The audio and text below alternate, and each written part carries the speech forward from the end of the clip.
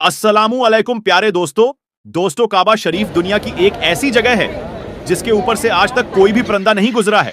और दुनिया भर के किसी भी एयरलाइंस का कोई भी जहाज भी आज तक काबा शरीफ के ऊपर से नहीं गुजर पाया है। कुदरती तौर पर अल्लाह ताला ने काबा शरीफ की डायरेक्शन ही ऐसी रखी है कि कभी भी चांद और सूरज भी काबा शरीफ के ऊपर से नहीं गुजर पाए हैं।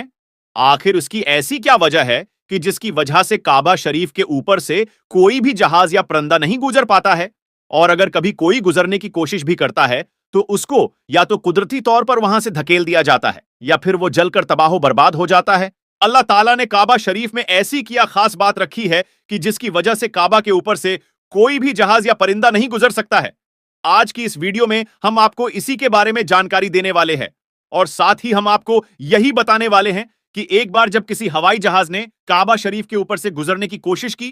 तो इस जहाज के साथ में क्या हुआ उसके बारे में जानकर आप भी हैरान रह जाओगे। इसलिए आज का यह वीडियो आप सभी के लिए बहुत खास है, आप उसको आखिर तक जरूर देखें। और सबसे पहले अगर आपको भी काबा शरीफ से मोहब्बत है तो आप उस वीडियो को दिल से एक लाइक जरूर करें और मेहरबानी करके उसे शेयर भी कर दें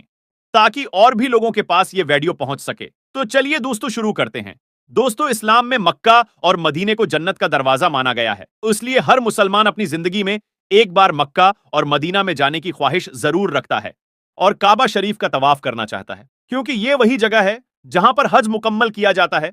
मगर हैरानी की बात यह है कि पिछले कुछ दिनों से सोशल मीडिया पर एक पोस्ट बड़ी तेजी के साथ में वायरल हो रही है जिसमें यह बताया जा रहा है कि काबा शरीफ के ऊपर से दुनिया का कोई भी जहाज या कोई भी परिंदा नहीं गुजर सकता है और अगर कभी कोई परिंदा या जहाज काबा शरीफ के ऊपर से गुजरने की कोशिश भी करता है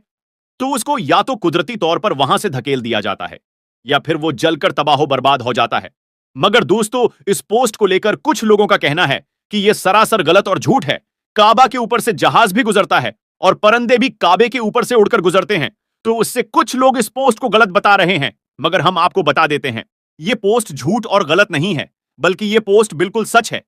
आज तक कोई भी जहाज काबा शरीफ के ऊपर से गुजर नहीं पाया है। उसके बारे में बात करते हुए अब्दुल रशीद ने, जो कि पिछले 25 सालों से सऊदी अरब के मक्का शहर में काम कर रहा है, उसने बताया है कि मैं पिछले 25 सालों से खाना काबा में रहकर साफ सफाई के काम को अंजाम दे रहा हूं। मैंने आज तक किसी भी जहाज को काबा के ऊपर से गुजरते हुए नहीं देखा है और न ही मैंने आज तक किसी परिंदे को काबा के ऊपर से गुजरते हुए देखा है। अब्दुल रशीद आगे कहता है, एक बार शाम के वक्त गलती से एक जहाज काबा शरीफ की तरफ आ गया, मगर हमने देखा कि जैसे ही वो जहाज काबा शरीफ के करीब पहुंचा तो उसकी डायरेक्शन कुदरती तौर पर अपने आप ही वहां से धकेल दिया, यानी कि वो कुदरती तौर पर ही वहां से हट गया। दोस्तों, अब आपको बताते हैं कि आखिर ऐसा क्यों होता है। अल्लाह ताला ने काबा शरीफ में ऐसी क्या खास बात रखी है, अल्लाह ने काबा शरीफ में अपनी ऐसी क्या कुदरत डाली है जिसकी वजह से कोई भी परिंदा काबा शरीफ के ऊपर से गुजर नहीं पाया है और न ही कोई परिंदा काबा के ऊपर उड़ पाता है। अल्लाह ने अपने घर काबा में ऐसी क्या कुदरत रखी है कि जिसकी वजह से काबा के ऊपर से गुजरने वाला जहाज हो या परिंदा, जिसको या तो कुदरती तौर पर वहां से धकेल दिया जाता है या फिर वो जलकर खाक हो जाता है या फिर वो काबा शरीफ की लाइन से अपने आप ही दूर हो जाता है। दोस्तों, क्या आपको यह मालूम है कि काबा शरीफ की तादाद दो है? एक तो काबा शरीफ मक्का में है और दूसरा काबा शरीफ के ठीक ऊपर सीधा जन्नत में मौजूद है, जिसको रिवायतों में बेतुल मामूर कहा गया है, जहां पर हर वक्त 70,000 फरिश्ते दिन रात तवाफ करते रहते हैं। अब दोस्तों, आपको 3 ऐसी बड़ी वजह बताते हैं जिसकी वजह से मक्का शरीफ के ऊपर से कोई भी जहाज या परिंदा गुजर नहीं पाता है। यानी कि काबा के ऊपर से परिंदे या जहाज के ना गुजर पाने की 3 असल वजह आपको बताते हैं। सबसे पहली वजह तो यह है कि काबा शरीफ को दुनिया का सेंटर माना गया है, यानी कि काबा दुनिया के बीचों बीच में मौजूद है और आज इस बात को साइंस भी मानती है। साइंस ने भी इस बात को कबूल किया है कि मक्का में बना काबा दुनिया के सेंटर में मौजूद है। इसी वजह से काबा शरीफ दुनिया के सेंटर में होने की वजह से सबसे ज्यादा ग्रेविटी काबा शरीफ के ठीक ऊपर और नीचे है, जिसकी वजह से यह होता है कि अगर कोई परिंदा यह हवाई जहाज काबा शरीफ के ऊपर से गुजरने की कोशिश करता है तो गुरुत्वाकर्षण यानी ग्रेविटी की वजह से वो परिंदा या हवाई जहाज अपने आप ही काबा शरीफ की लाइन से दूर हो जाता है। उसका मतलब यह हुआ कि काबा शरीफ के ऊपर कोई भी चीज, चाहे वो परिंदा हो, हवाई जहाज हो या फिर कोई और चीज हो, अल्लाह की कुदरत से अपने आप ही काबा शरीफ के ऊपर से हट जाती है और उस चीज को कुदरती तौर पर वहां से धकेल दिया जाता है,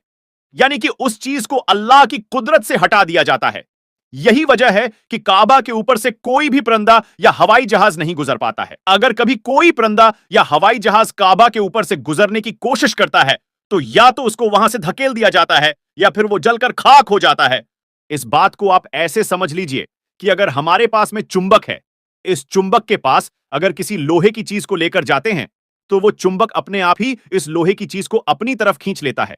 और वो उससे चिपक जाता है। उसी तरह से अगर कोई चीज काबा के ऊपर आती है तो गुरुत्वाकर्षण यानी ग्रेविटी की वजह से कुदरती तौर पर ही हट जाती है। दोस्तों, यही वजह है कि सऊदी हुकूमत ने काबा शरीफ के ऊपर से हवाई जहाज के गुजरने पर सख्ती से पाबंदी लगा रखी है। उसी वजह से किसी भी किस्म का हवाई जहाज आज तक काबा के ऊपर से गुजर नहीं पाया है। दोस्तों, इसकी दूसरी बड़ी वजह यह है कि आप सभी को मालूम है कि मक्का और मदीना में गैर मुसलमानों का जाना मना है, यानी कि गैर मुसलमान मक्का और मदीना में नहीं जा पाते हैं। इसलिए कोई भी मुसलमान अगर हज करने या उम्रा करने के लिए जाते हैं तो उनका जहाज सबसे पहले रियाद शहर में उतारा जाता है, यानी कि उन सबको सबसे पहले रियाद में ले जाया जाता है। फिर उन सबको बसों या ट्रेनों में भरकर मक्का और मदीना ले जाया जाता है,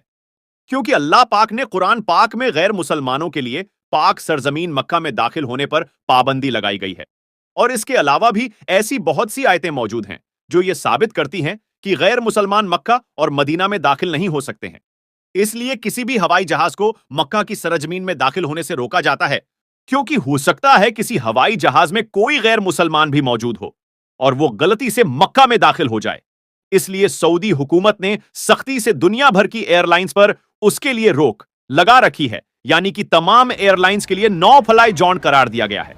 इसके अलावा इसकी एक वजह यह भी है कि जिन इलाकों में ऑयल या रिफाइनरीज मौजूद होती है वहां पर भी किसी भी फ्लाइट या हवाई जहाज को गुजारने की इजाजत नहीं मिल पाती है,